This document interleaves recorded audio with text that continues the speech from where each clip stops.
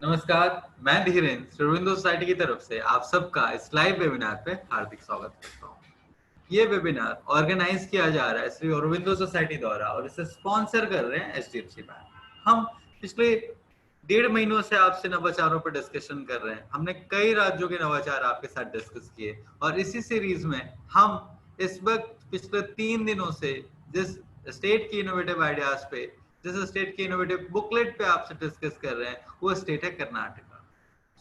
आज हम कर्नाटका की चौथी केस स्टडी जिसका नाम है न्यू एज टीचिंग टेक्निक या अभिनव शिक्षण तकनीक, ये नवाचार आज आपसे डिस्कस करेंगे। इस केस स्टडी के अंतर्गत 4 नवाचार हैं और चारों ही नवाचार मैं आज आपके साथ साझा कर रहा हूँ। ये नवाचार, जैसे मैं हमेशा कहता हूँ, हमेशा बतलाता हूँ, मैं आज भी बतलाऊंगा कि ये नवाचार मेरे या मेरे जैसे किसी भी व्यक्ति जो श्री अरविंदो सोसाइटी से संबंधित है उनका दिया हुआ नहीं है, बल्कि सारे के सारे इनोवेटिव आइडियाज आप जैसे शिक्षकों, आप जैसे शिक्षाविदों, आप जैसे एडुकेटर्स के ही द्वारा दिया गया है। तो ये सारे इनोवेटिव टीचर्स के द्वारा ही दिए गए आइडियाज हैं और इसीलिए हमने इस प्रोजेक्ट का नाम रखा है, या इस प्लेटफॉर्म ZIIEI या शिक्षा में शून्य निवेश नवाचार का नाम रखा है a platform for the teachers by the teachers. मतलब एक नवाचार मंच शिक्षकों के लिए, शिक्षकों के द्वारा। मतलब ये आपके ही आइडियाज हैं, आप जैसे शिक्षकों के ही दिए हुए आइडियाज हैं जो मैं इस प्लेटफॉर्म के माध्यम से आप तक ही पहुंचा रहा हूँ। तो हम आज, जैसा मैंने कहा, कर्नाटका के इनोवेटिव आइडियाज पे डिस्कस करेंगे। जो कर्नाटका की बुकलेट है, आप देखेंगे यहाँ पे आपको लोगो भी दिखेगा कर्नाटका स्टेट का। क्यों लोगो दिख रहा है कर्नाटका स्टेट का? वो इसलिए क्योंकि ये सारे इनोवेटिव आइडिया जो इस पुस्तिका में, इस नवाचार पुस्तिका में संकलित किए गए, ये सारे के सारे कर्नाटका के शिक्षकों द्वारा ही हमें प्राप्त हुए। अब कर्नाटका के द्वारा दिए गए शिक्षकों के आइडियाज को हम देश के कोने कोने में पहुंचाने का कार्य कर रहे हैं। सिमिलरली दूसरे राज्यों की नवाचार पुस्तिकाओं को भी हम इसी तरीके से देश के दूसरे राज्यों के शिक्षकों तक या उनके पास पहुंचाने का कार्य करेंगे ऑनलाइन। क्योंकि आप सब जानते हैं कि कोविड-19 पैंडेमिक के वजह से हमें ऑनलाइन सेशन कर रहे हैं। अदरवाइज पहले हमारे टीचर्स, हमारे ट्रेनर्स फिजिकली जाकर के फील्ड्स में जाकर के ट्रेनिंग्स प्रोवाइड कराते थे या इन नवाचारों पे चर्चा पर चर्चा करते थे। मैं इसलिए बता रहा हूँ और मैं इसलिए जोर दे रहा हूँ खास तौर से कि ये सारे के सारे इनोवेटिव आइडियाज आप शिक्षकों द्वारा ही दिए गए हैं, आप जैसे शिक्षकों द्वारा ही दिए गए हैं। तो मैं उम्मीद करता हूं कि जब ये शिक्षक दे सकते हैं तो निश्चित तौर पर आप सब भी शिक्षक हैं। आप भी, मुझे पूरी उम्मीद है, पूरा यकीन है कि अपने विद्यालय में बहुत सारे ऐसे छोटे मोटे तरीकों का इस्तेमाल करते होंगे जिससे बच्चों की जो सीखने की क्षमता है, जो या फिर जो विद्यालय का वातावरण है या फिर जो माहौल है सीखने सिखाने का, वो और बेहतर होता है। तो अगर आपके पास ऐसा कोई भी इनोवेटिव आइडिया है जो शून्य निवेश पर आधारित हो, तो आप निश्चित तौर पर हमें भेज सकते हैं। उसके लिए आप हमारी वेबसाइट www.ziei.com पे जाकर के, जैसे आप विजिट करेंगे इस वेबसाइट पे, एक पॉपअप आएगा जहां पे सबमिट करने का ऑप्शन होगा। आप उस पर क्लिक करके अपना आइडिया हम तक सबमिट कर सकते हैं। मैं इस इनोवेटिव आइडिया या इस केस स्टडी के बारे में आपसे डिस्कस करूं उससे पहले मेरा आपसे अनुरोध है कि अगर आपके मन में कोई क्वेश्चन, कोई क्वेरी, कोई कंसर्न हो इन नवाचारों से संबंधित जो मैं आज आपको बताऊंगा, या फिर इस केस स्टडी से संबंधित जो मैं आज आपसे चर्चा करूंगा, या फिर इस प्रोग्राम जिसका नाम ZIIEI या शिक्षा में हिंदी में शिक्षा में शून्य निवेश नवाचार है, इससे संबंधित अगर आपके मन में कोई प्रश्न है, उदाहरण के तौर पे किस तरीके से आप अपने आइडियाज हम तक भेज सकते हैं, या किस तरीके से आपका नाम इस नवाचार पुस्तिका में आ सकता है, या किस प्रकार आप राज्य एवं केंद्र स्तर पर या राष्ट्रीय स्तर पर पुरस्कार प्राप्त करने के लिए अपना नामांकन भेज सकते हैं, किस तरीके से आप पुरस्कार प्राप्त कर सकते हैं। अगर ऐसे कोई भी प्रश्न आपके अंदर है तो आप निश्चित तौर पर मुझसे वेबिनार के अंत में पूछ सकते हैं, या फिर अगर आपके कोई अनुभव है जो हमारे साथ और इस वेबिनार के माध्यम से देश भर के समस्त शिक्षकों तक जो इस वेबिनार को या तो जूम या फेसबुक या यूट्यूब पे देख रहे हैं, उन तक अपने अनुभव पहुंचा सकते हैं। और यकीन मानिए, हो सकता है आपके अनुभव किसी के लिए बहुत बड़ी प्रेरणा हो और उनसे उनको बहुत कुछ नया, कुछ बेहतर सीखने को मिले। तो आप बिल्कुल अपने अनुभव हमारे साथ साझा कर सकते हैं। कैसे करेंगे? आइए थोड़ा सा इसका तरीका बता देता हूँ। दो तरीके हैं। या तो आप फेसबुक या जूम पे देख रहे हैं तो आप कमेंट करके हमें बता सकते हैं अपना अनुभव, अपना एक्सपीरियंस, या फिर अपने क्वेश्चन हमसे पूछ सकते हैं। या फिर अगर आप फेसबुक पे देख रहे हैं और आप डायरेक्ट मेरे से फेस टू फेस इंटरेक्शन करना चाहते हैं, अपनी बातें पूछना, अपने क्वेश्चंस पूछना चाहते हैं, या फिर अपने अनुभव साझा करना चाहते हैं बोल करके, तो आपको फेसबुक पे कमेंट सेक्शन पे अभी जूम की एक आईडी दिखेगी, उस पर क्लिक करके आप सीधे जूम से कनेक्ट होकर के हमसे अपने प्रश्न या अपने अनुभव साझा कर सकते हैं। आइए बढ़ते हैं इनोवेटिव आइडिया की तरफ, केस स्टडीज की तरफ। जैसे मैंने कहा, मैं कर्नाटका की केस स्टडी, चौथी केस स्टडी आपके साथ आज डिस्कस कर रहा हूँ, जिसका नाम है अभिनव शिक्षण तकनीक या न्यू एज टीचिंग टेक्निक। क्या है अभिनव शिक्षण तकनीक? आइए थोड़ा सा इसको समझने की कोशिश करते हैं। यकीन मानिए, अगर बच्चों का मन पढ़ाई में लग रहा है, बच्चा मन लगा के या विद्यार्थी मन लगा के पढ़ाई कर रहा है, वो इन्वॉल्व है पढ़ाई में, तो निश्चित तौर पर उसे इंटरेस्ट आ रहा है और वो वही पढ़ रहा है जो पढ़ना चाहता है, और उसका रुझान पढ़ाई में बिल्कुल।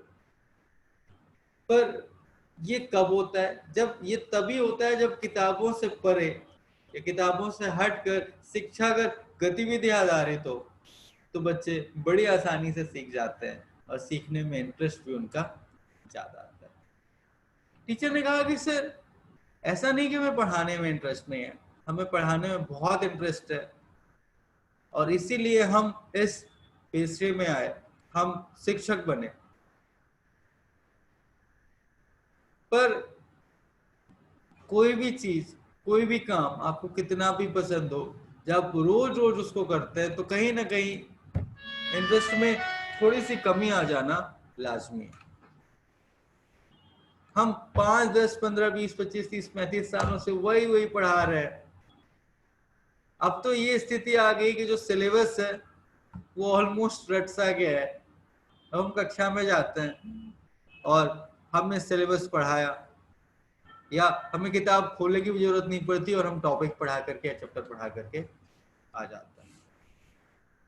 तो टीचर ने कहा कि सर, इतने सालों से पढ़ाते पढ़ाते, वही वही टॉपिक पढ़ाते पढ़ाते कहीं ना कहीं थोड़ी सी मोनोटनी तो आ ही जाती है। हमें भी लगता है कि कुछ नया कहाँ है। और साथ साथ हमारे साथ साथ बच्चों के साथ भी यही होता है। बच्चा रोज सो करके उठता है, स्कूल आता है, math science English social science, फिर घर गया, होमवर्क, ट्यूशन, फिर घर गया और स्कूल आया अगले दिन, तो सेम रूटीन रोज फॉलो करता है, कुछ नया कहाँ है। इसके अलावा शिक्षा में सरकार ने बच्चों की किताबें, मध्याह्न भोज, ड्रेसेस, कपड़े, कॉपी, साइकिल इत्यादि बहुत सारी व्यवस्था कराई। इससे निश्चित तौर पर नामांकन दर में तो वृद्धि हुई, लेकिन उस नामांकन दर को उपस्थिति में बदल पाना अभी भी एक चैलेंज, एक समस्या शिक्षकों के सामने पहाड़ के समान खड़ी हुई है। अब ये भी एक सोचने वाली बात है कि अगर नामांकन दर बच्चों का हुआ है तो उस नामांकन दर को बच्चों की उपस्थिति के रूप में तब्दील क्यों नहीं किया जा पा रहा है। इसका बहुत बड़ा कारण ये हो सकता है कि बच्चा पढ़ाई के प्रति उत्साहित नहीं है, या वो इंटरेस्टेड नहीं है एजुकेशन के प्रति या शिक्षा के प्रति। और यकीन मानिए, अब वो जमाना जो चौक और टॉक का जमाना था, धीरे धीरे वो पैडागॉजी जो है या वो जो तकनीक है वो अब हटती जा रही है। और अब जो जमाना आ रहा है, या अब जो एडुकेशन की बात दुनिया भर के शिक्षाविद करते हैं, वो कहते हैं कि अब जो एडुकेशन होना चाहिए वो एक्सपीरियंशियल बेस्ड होना चाहिए, मतलब गतिविधि आधारित होनी चाहिए।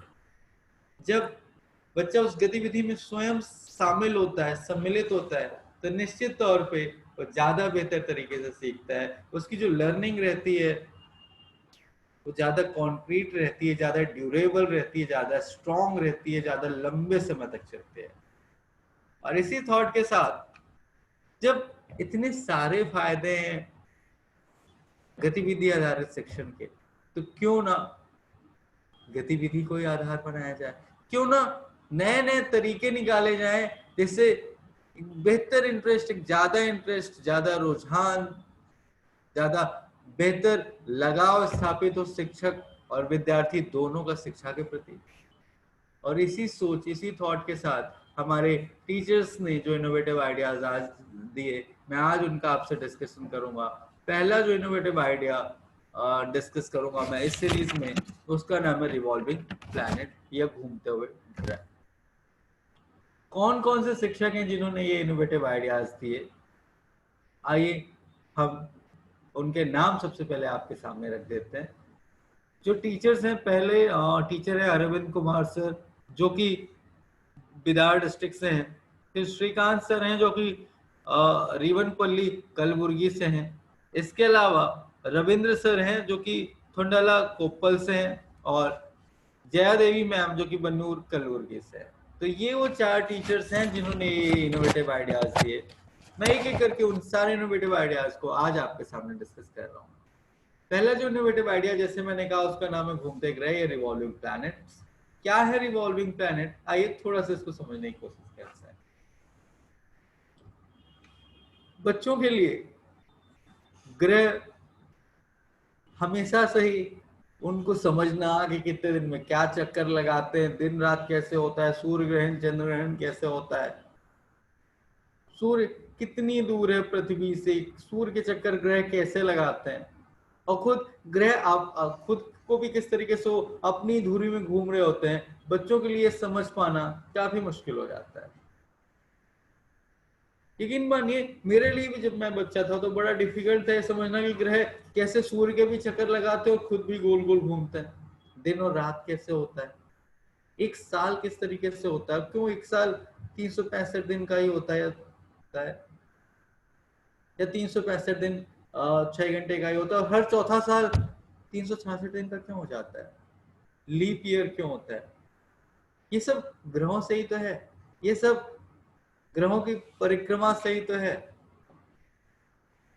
कौन कौन से ग्रह हैं, सूर्य के सबसे नजदीक ग्रह कौन सा है, सबसे बड़ा ग्रह कौन सा है, सबसे छोटा ग्रह कौन सा है, किस ग्रह में रिंग बनी हुई है, कौन सा ग्रह नीला ग्रह कहलाता है और कहलाता है तो क्यों, कौन सा ग्रह लाल ग्रह कहलाता है और कहलाता है तो क्यों। सिर्फ बहुत सारे क्वेश्चन हैं ग्रहों से रिलेटेड जो बचपन में हमें पढ़ाए जाते हैं 4वीं 5वीं में, और यकीन मानिए बहुत डिफिकल्ट होता है ये बच्चों के लिए समझ पाना। और क्या पता अगर हमने बच्चों का इंटरेस्ट इसमें बढ़ा दिया तो इसी में से कोई बच्चा आगे चल करके एस्ट्रोनॉमी पे अपना करियर बना सकता है, एस्ट्रोफिजिक्स पे अपना करियर बना सकता है। और इसी थॉट प्रोसेस के साथ टीचर ने कहा कि सर बच्चों के लिए कई बार ये समझ पाना कि ग्रह किस प्रकार से अपनी धुरी में भी घूमते हैं और सूर्य के भी चक्कर लगाते हैं, और किस प्रकार से चक्कर लगाते हैं, कितना टाइम लगता है, ये सारी चीजें समझ पाना बच्चों के लिए बहुत डिफिकल्ट होता है। और इसीलिए उन्होंने कहा कि सर मैंने क्या किया, मैंने एक इनोवेटिव आइडिया दिया। मैंने का मतलब यहाँ पे मैं नहीं हूं, मैंने का मतलब है हमारे इनोवेटिव टीचर्स से। उन्होंने कहा सर मैंने क्या किया, मैंने बच्चों को सबसे पहले ग्रहों के बारे में पढ़ाया, पढ़ाने के बाद मैंने उनको रिवीजन कराने के लिए या उनकी लर्निंग को स्ट्रॉन्ग करने और कॉन्क्रीट बनाने के लिए बच्चों को बाहर ग्राउंड में बरामदे में ले गया, या फिर अगर टाट पट्टी बिछी हुई है क्लास में तो क्लास में ही उतना स्पेस का इस्तेमाल किया जा सकता है।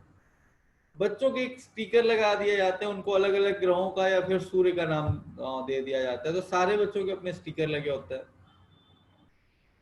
अब अगर हम ग्रहों की ये बात करें कि कौन सा ग्रह कितना बड़ा है, तो उसी अनुसार हाइट के अनुसार बच्चों को अलग अलग ग्रहों का शेप दिया जा सकता है और बच्चों को उस तरीके से खड़ा किया जाता है। एक बच्चा सूर्य बन जाता है जो सेंटर पे खड़ा होता है, उसके सन या सूर्य लिखा होता है या फिर लोकल लैंग्वेज में लिखा हो सकता है। अब सारे ग्रह Mercury, Venus, Earth, Mars, Jupiter, Saturn, Uranus, Neptune इस तरीके से खड़े होते हैं लाइन पे। अब सारे ग्रह इस तरीके से जब वो खड़े हो जाते हैं तो अब टीचर बच्चों को चक्कर लगाना सीख बताते हैं कि आपको सूरज जो बना हुआ है बच्चा, उसको आपके गोले में घूमना है। और गोला बना दिया जाता है, हर बच्चे का अपना एक सर्कल होता है जिसमें उसको घूमना होता है। हर बच्चा उस पे घूमता है और टीचर कहते हैं कि सिर्फ आपको अपने चक्कर अपनी सूर्य के ही बस चक्कर नहीं लगाना है, बल्कि खुद भी गोल गोल घूमते चलना है।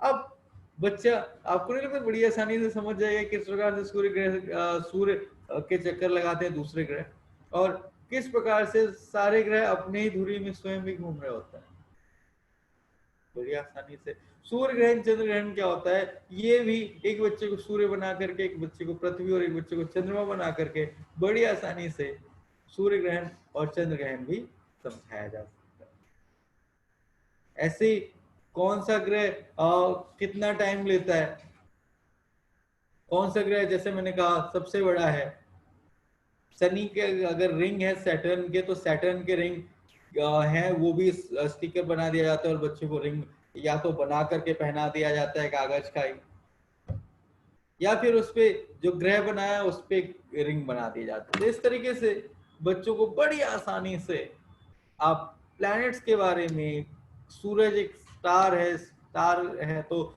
तारा है दूसरे तारों की तरह, क्या क्यों बड़ा दिखता है, सारी चीजें जो भी बच्चों के ऑफकोर्स सिलेबस में हो उसके अकॉर्डिंग टीचर्स बड़ी आसानी से बच्चों को समझा सकते हैं।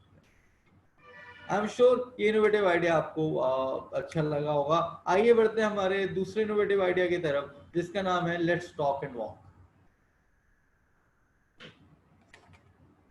लेट्स टॉक एंड वॉक क्या है कि आओ चलें और बातें करें। क्या है लेट्स टॉक एंड वॉक, क्या, आइए इसको समझने की थोड़ी सी कोशिश करते हैं।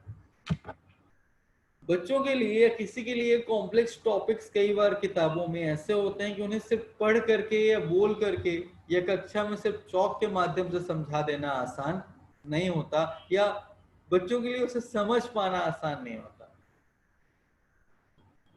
जैसे बचपन में अगर मैं बात करूं फूलों के बारे में या विभिन्न पत्तियों के बारे में, सिर्फ अगर पत्तियां कॉपी में या किताब में हमें दिखा दी जाएं कि ऐसी ऐसी पत्तियां होती हैं, क्या समझ में आता है?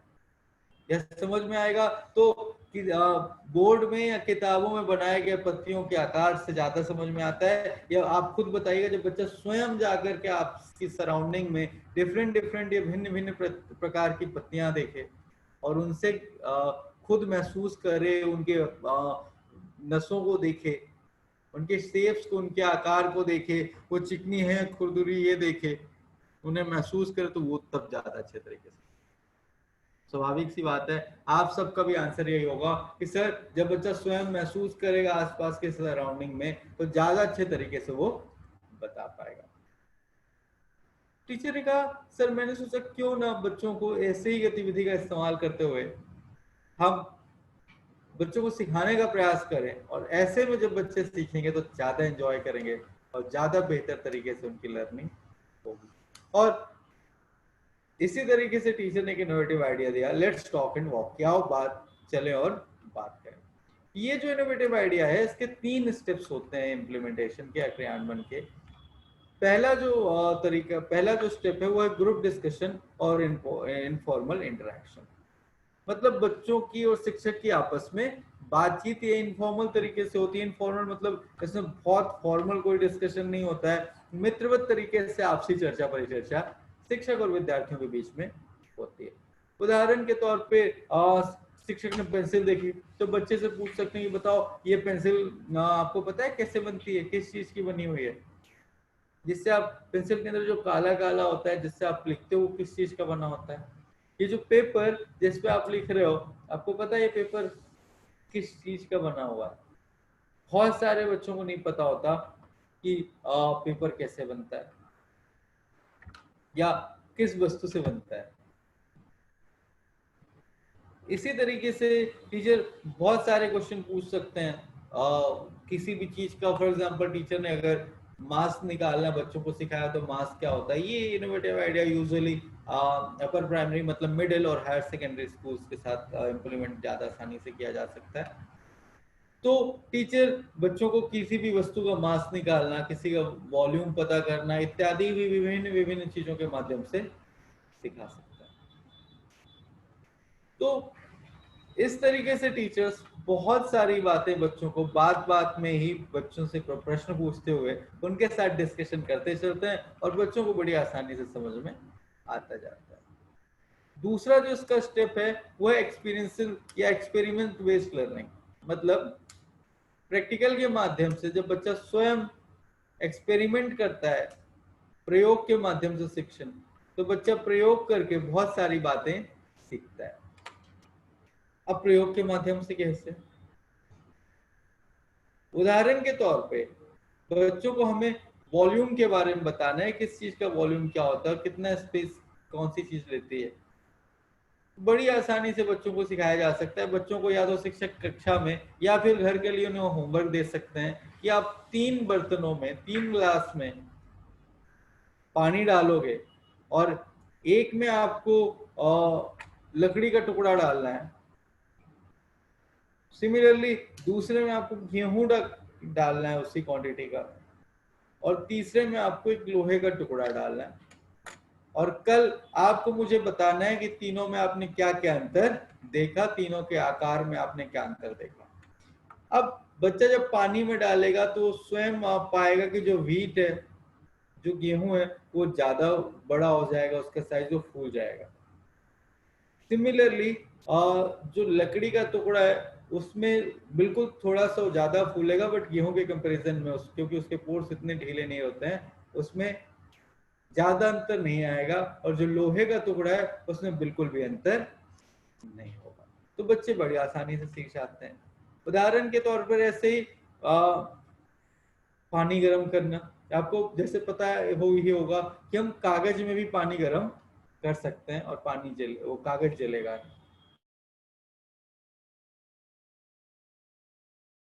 अच्छा पता है आप पानी गर्म करते हो ठंड में तो किसका इस्तेमाल करते हो? बर्तन का इस्तेमाल करते हैं। बच्चों ने बोला किस चीज के बने बर्तन होते हैं वो? क्या कागज में आग लगाते हो तो आग लग जाती है? बच्चे बोलेंगे हाँ लग जाती है।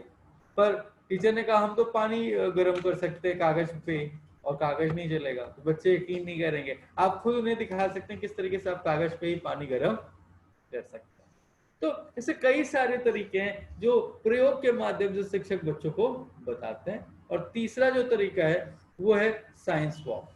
साइंस वॉक मतलब एक इनोवेटिव आइडिया है इसी के अंतर्गत तीसरा स्टेप है, जिसमें बच्चों को आसपास की सराउंडिंग के आधार पर बहुत सारी वैज्ञानिक और विज्ञान से संबंधित, हमारी प्रकृति से संबंधित, नेचर से, एनवायरनमेंट से संबंधित बहुत सारी जानकारियां दी जा सकती हैं।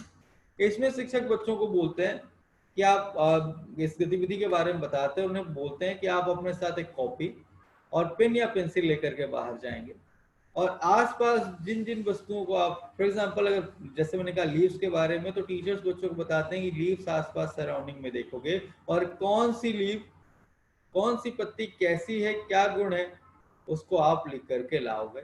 उसके बाद शिक्षक बच्चों के साथ कक्षा में वापस लौटते हैं। इसको या तो लंच ब्रेक से पहले या फिर छुट्टी के 20 मिनट 15 मिनट पहले इस गतिविधि को किया जा सकता है।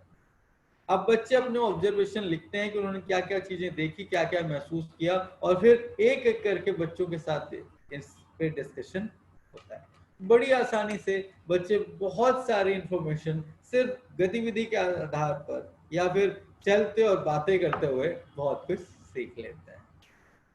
इससे फायदा क्या होता है? पहला, बच्चों का ऑब्जर्वेशन पावर बढ़ती है। दूसरा, बच्चों की क्रिटिकल और एनालिटिकल थिंकिंग बढ़ती है। बच्चा सेल्फ अवेयर होता है। बच्चे जब आपस में डिस्कशन करते हैं तो इंटरपर्सनल स्किल्स बच्चों की ग्रो होती है और इससे बच्चे बोर नहीं होते और बहुत कुछ आपसी सराउंडिंग से ही बच्चे सीख लेते हैं। आइए बढ़ते हैं हमारे अगले इनोवेटिव आइडिया की तरफ, जिसका नाम है एक्सप्लोरिंग इमेजिनेशन या कल्पना एवं खोज। क्या है कल्पना एवं खोज? आइए थोड़ा सा इसको समझने की कोशिश करते हैं। हम सब जानते हैं कि दुनिया में जो भी डिस्कवरी हुई है उसके पीछे बहुत बड़ा कारण है लोगों की कल्पनाशीलता या वो समझ पाने, सोच पाने की क्षमता कि ये इस वस्तु में या ये अगर परिवर्तन हो रहे हैं, अगर मुझे ऐसा करना है तो मुझे क्यों करना है, कैसे करना है। तो कल्पना या जिज्ञासा ही जन्म देते हैं किसी आविष्कार को। किसी किसी एक नतीजे पर पहुंचने के लिए। अगर बच्चा जिज्ञासु है, बच्चे की कल्पनाशीलता बढ़िया है, तो यकीन मानिए वो बहुत बेहतर तरीके से सीख सकता है।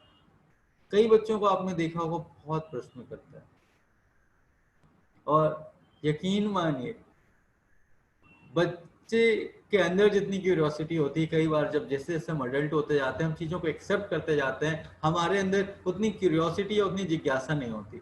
बट अगर आप बच्चों को देखेंगे तो बच्चों के अंदर बहुत जिज्ञासा होती है, बहुत प्रश्न पूछते हैं, ऐसा क्यों है, ये वैसा क्यों है, रेड लाइट पे क्यों रुकते हैं, ग्रीन पे क्यों चल देते हैं, आपने यहाँ से क्यों शॉपिंग की, हम कहाँ जा रहे हैं। बच्चे बहुत प्रश्न पूछते हैं, डॉग बार क्यों करते हैं, मतलब अनलिमिटेड नंबर ऑफ क्वेश्चंस या एन नंबर ऑफ क्वेश्चंस बच्चे पूछते हैं। टीचर ने कहा सर जब बच्चे इतने जिज्ञासु होते हैं तो मुझे लगा क्यों ना बच्चों को या बच्चों की इसी जिज्ञासा का इस्तेमाल करते हुए बच्चों को सिखाने का प्रयास किया जाए। और अगर बच्चों की जिज्ञासा का हल मिलता जाए, क्यूरियोसिटी का हल मिलता जाए, तो बच्चे के अंदर और जो क्यूरियोसिटी है वो बढ़ती जाए। एक उदाहरण के माध्यम से डिस्कस कर लेते हैं कि कैसे हमें बच्चों की जिज्ञासा नहीं खत्म करनी चाहिए, और कैसे अगर कोई व्यक्ति, कोई बच्चा जिज्ञासु है तो बेहतर शिक्षा ग्रहण करता है वो। मान लीजिए हमारा एक 3 दिन का सेशन हो, फिजिकल एक डिस्कशन है जहां पे आप और मैं सामने सामने डिस्कशन कर रहे हैं। आपके मन में कोई जिज्ञासा, कोई प्रश्न आए, आपने मेरे से पूछा, मैंने कहा सर बैठ जाइए या मैम बैठ जाइए, अभी डिस्कशन का टाइम नहीं है, मैं कल आपसे डिस्कस करूंगा। कल फिर आपको, आपने हाथ उठाया कि सर मैंने कल एक प्रश्न पूछा था, मैंने कहा सर बैठ जाइए, अभी कल बाद में डिस्कस करेंगे, अभी इस पे का टाइम नहीं है। आप मुझे बताइए, आप तीसरे दिन मेरे से प्रश्न पूछने के लिए खड़े होंगे? आप खड़े नहीं होंगे। क्यों? क्योंकि मैंने उसी वक्त आपकी जिज्ञासा को कुचल दिया।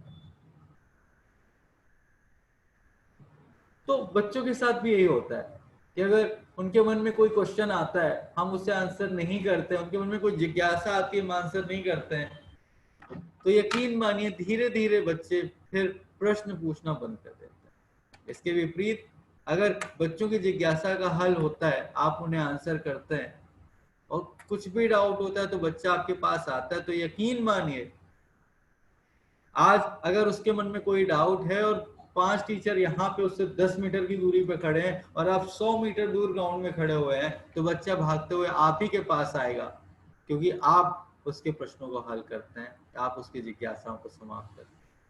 और ऐसे शिक्षकों को बच्चे ताउम्र याद रखते।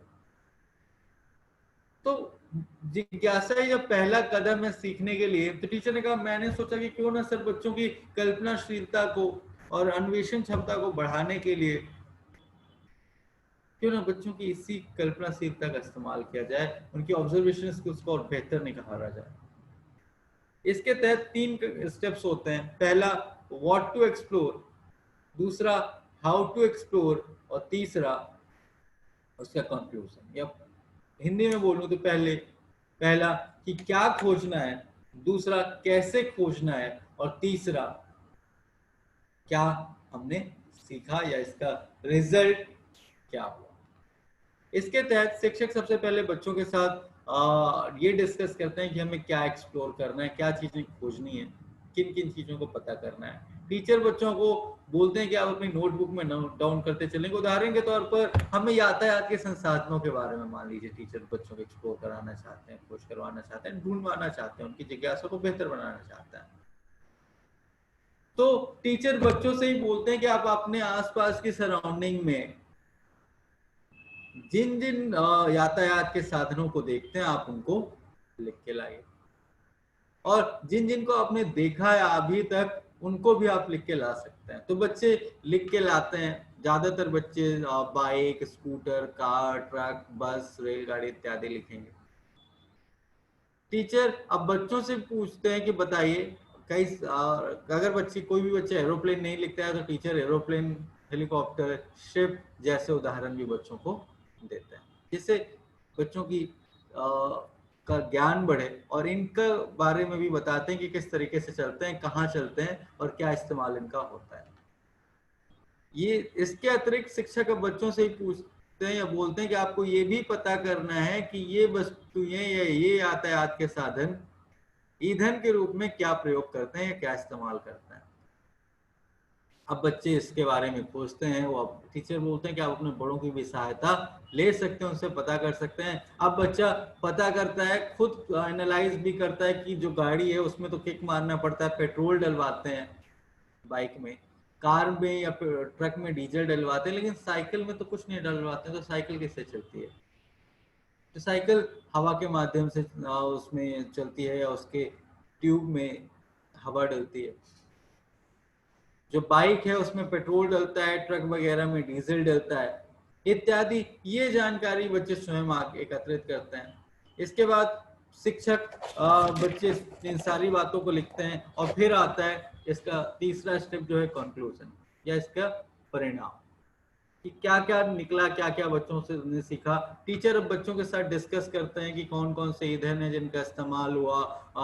शिक्षक बच्चों को एरोप्लेन, जहाज इत्यादि के बारे में भी बताते हैं और इससे बच्चों को ये एक क्षमता मिलती है या इस गतिविधि के माध्यम से बच्चे सराउंडिंग या आसपास के वातावरण के अतिरिक्त बाहरी दुनिया के बारे में भी सीखते हैं, उनकी कल्पनाशीलता बढ़ती है, ऑब्जर्वेशन पावर बढ़ता है। अब बच्चा जब विद्यालय आता है तो सिर्फ डायरेक्ट विद्यालय ही एकदम भागता हुआ नहीं आता, बल्कि आसपास जो होने वाली जो भी घटनाएं हैं उनको भी एक्सपीरियंस करता हुआ, ऑब्जर्व करता हुआ विद्यालय आता है।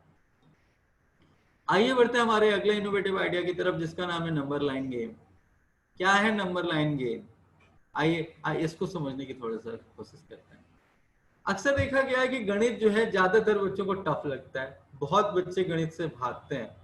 लेकिन अगर गणित को प्रायोगिक उदाहरणों के माध्यम से, प्रैक्टिकल एग्जाम्पल के माध्यम से अगर समझाया जाए तो इससे ज्यादा इंटरेस्टिंग सब्जेक्ट कोई नहीं हो सकता। अब उदाहरण के तौर पर अगर टीचर को बच्चों को सेंटीमीटर समझाना है, इंच समझाना है, मिलीमीटर समझाना है, या आइए इससे थोड़ा सा और छोटी बात क्लास की बात कर लेते हैं कि टीचर को एडिशन, सब्ट्रैक्शन, मल्टीप्लिकेशन इत्यादि बच्चों को समझाना है। शिक्षक इसके लिए एक गेम का इस्तेमाल करते हैं, नंबर लाइन गेम। इसमें क्या होता है कि शिक्षक बच्चों को स्केल सबसे पहले देखते हैं कि बच्चे स्केल ऑब्जर्व करें और स्केल में किस तरीके से अलग अलग अंक काटे हुए हैं, किस तरीके से एक निश्चित दूरी पर अलग अलग अंक लिखे हुए हैं। शिक्षक बच्चों को बोलते हैं कि आप ऑब्जर्व कीजिए। उसके बाद जमीन में चौक की मदद से बच्चों को स्केल बनाने के लिए बोलते हैं कि आप विभिन्न अंक एक निश्चित दूरी पर रखिए या लिखिए। सारे बच्चे अपनी अपनी स्केल बनाते हैं। अब टीचर को एडिशन करना है, कोई बच्चा उदाहरण के तौर पे 5 पे खड़ा है तो टीचर ने कहा कि तुम किस नंबर पे खड़े हो, तो बच्चे ने कहा 5। यहाँ पे बच्चे अंक पहचानना भी सीखते हैं।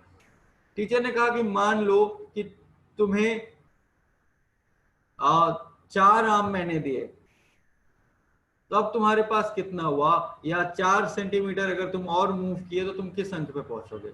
तो बच्चा अब ऐड करता है 5 के बाद 6, 7, 8, 9। कितने पे पहुंचा? 9 पे। तो 5 + 4 कितना हुआ? 9। अब 9 पे हो, तुम्हें 2 कदम पीछे हटना है, तो तुम कैसे हटोगे? तो बच्चा 2 कदम हटता है, 8 एक कदम और 7 दूसरा कदम, तो 9 - 2 कितना हुआ? 7। तो बच्चे बड़ी आसानी से जोड़, घटाव, गुणा, भाग इत्यादि इस इनोवेटिव आइडिया के माध्यम से सीख लेते हैं। सारे बच्चों की अपनी स्केल होती है, टीचर ऐसे ही सारे बच्चों से एक्टिविटी कराते हैं, डिफरेंट डिफरेंट क्वेश्चंस पूछ सकते हैं, या फिर एक जगह पे खड़े करके सारे बच्चों से एक साथ प्रश्न पूछते हैं, बोलते हैं उस अंक पे आपको कूदना है। फॉर एग्जाम्पल 5 + 3 कितना हुआ? बच्चों ने कहा 8, तो टीचर ने कहा 8 पे आपको जंप करना है, या फिर हॉप करते हुए, कूदते हुए आपको 8 में पहुंचना है। तो बच्चे इससे एंजॉय भी करते हैं, उन्हें मजा आता है और शिक्षक बड़ी आसानी से एक्सपीरियंशियल वे में, खेल खेल में, नए तरीके से बच्चों को addition, multiplication, subtraction, inches, centimetres, millimetres इत्यादि बड़ी आसानी से सिखा देता है। तो ये थे आज के 4 इनोवेटिव आइडियाज जो मुझे आपसे डिस्कस करने थे। उम्मीद करता हूँ ये इनोवेटिव आइडियाज आपको पसंद आए होंगे। अगर आपके मन में कोई डाउट, कोई क्वेश्चन है इन नवाचारों से संबंधित, तो आप निश्चित तौर पर अपने प्रश्न मुझसे पूछ सकते हैं। या फिर अगर आपके कोई अनुभव हैं जो आप मेरे साथ साझा करना चाहते हैं इस वेबिनार के माध्यम से, और इस वेबिनार के माध्यम से देश भर के उन तमाम शिक्षकों तक पहुंचाना चाहते हैं जो हमसे जुड़े हुए हैं हमारे फेसबुक पेज या यूट्यूब या फिर व्हाट्सएप या फिर जूम के माध्यम से, तो आप निश्चित तौर पर आप अपने अनुभव भी हमारे साथ साझा करें।